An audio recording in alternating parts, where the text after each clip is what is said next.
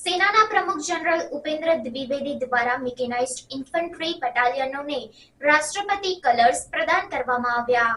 અહિલ્યાનગરમાં મિકેનાઇઝ્ડ infantry centre અને school ખાતે આયોજિત એક ગૌરવપૂર્ણ સમારોહમાં સેનાના પ્રમુખ જનરલ ઉપેન્દ્ર દ્વિવેદીએ 4 મિકેનાઇઝ્ડ ઇન્ફન્ટ્રી બટાલિયનોને પ્રતિષ્ઠિત રાષ્ટ્રપતિના કલર્સ પ્રદાન કર્યા. 27 નવેમ્બરે યોજાયેલ આ કાર્યક્રમમાં બટાલિયનોની ઉત્તમ અને પ્રશંસનીય સેવાને માન્યતા આપવામાં આવી. રાષ્ટ્રપતિના કલર્સ મિકેનાઇઝ્ડ ઇન્ફન્ટ્રી રેજિમેન્ટની 26મી અને 27મી બટાલિયન અને બ્રિગેડ ઓફ ધ ગાર્ડ્સની 20મી અને 22મી બટાલિયનને પ્રદાન કરવામાં આવ્યા. આ સન્માન ભારતીય સેનામાં એકમને મળતી સૌથી ઊંચી માન્યતાઓમાંની એક છે, જે તેમની અસાધારણ સેવા અને સમર્પણનું પ્રતીક છે.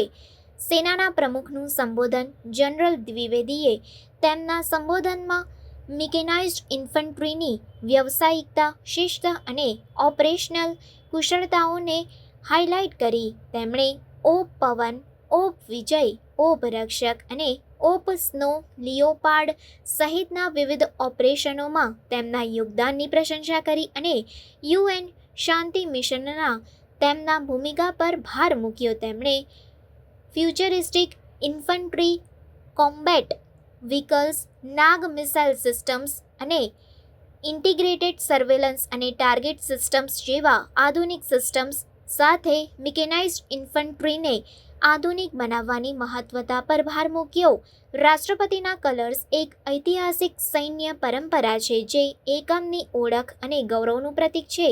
તે એકમોને આપવામાં આવે છે જેઓ અસાધારણ હિંમત, શિસ્ત અને સેવાને દર્શાવે છે. આ સમારોહમાં મોટી સંખ્યામાં વેટરન્સ, સૈન્ય કર્મચારીઓ અને નાગરિક મહાનુભાવો હાજર રહ્યા હતા, જે આ સન્માનના મહત્વને દર્શાવે છે. જનરલ દ્વિવેદીએ મિકેનાઇઝ્ડ ઇન્ફન્ટ્રી માટે ભવિષ્યની દ્રષ્ટિ વિશે પણ વાત કરી, જે સ્વાવલંબન અને આધુનિકતાને કેન્દ્રમાં રાખીને યુદ્ધના વિકસતા ગતિશીલતાને પહોંચી વળવા માટે છે. તેમણે એકમોને ઉચ્ચતમ ધોરણો જાળવવા માટે રાષ્ટ્રની રક્ષા માટે મહત્વપૂર્ણ યોગદાન આપવાનું ચાલુ રાખવા માટે પ્રોત્સાહિત કર્યા.